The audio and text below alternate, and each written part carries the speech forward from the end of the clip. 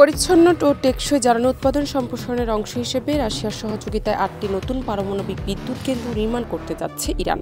রোববার ইরানের পরমাণু শক্তি সংস্থার প্রধান মোহাম্মদ ইসলামী এক ঘোষণায় এই তথ্য জানিয়েছেন। এলএমই সার্টিফাইড বিশ্বসেরা কপারে তৈরি ওয়ালটন কেবলস, যা আপনার স্থাপনাকে রাখবে সব সময় নিরাপদ। তিনি জানান, ইরান ও রাশিয়ার সরকারের মধ্যে নতুন এক চুক্তি স্বাক্ষরিত হয়েছে, যার আওতায় যৌথভাবে নির্মিত হবে 8টি পারমাণবিক বিদ্যুৎ কেন্দ্র।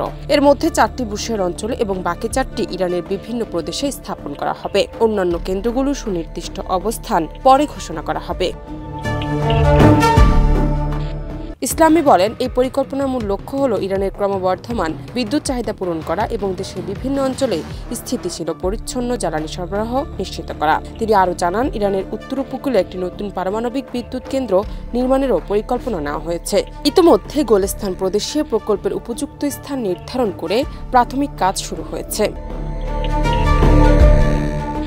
পরমাণু শক্তি সংস্থার প্রধানের ব্যাখ্যা অনুযায়ী রাশিয়ার সহায়তায় এই বিদ্যুৎ কেন্দ্রগুলো নির্মিত হলে ইরান 20,000 মেগাওয়াট পর্যন্ত পারমাণবিক বিদ্যুৎ উৎপাদনের সক্ষমতা অর্জন করবে।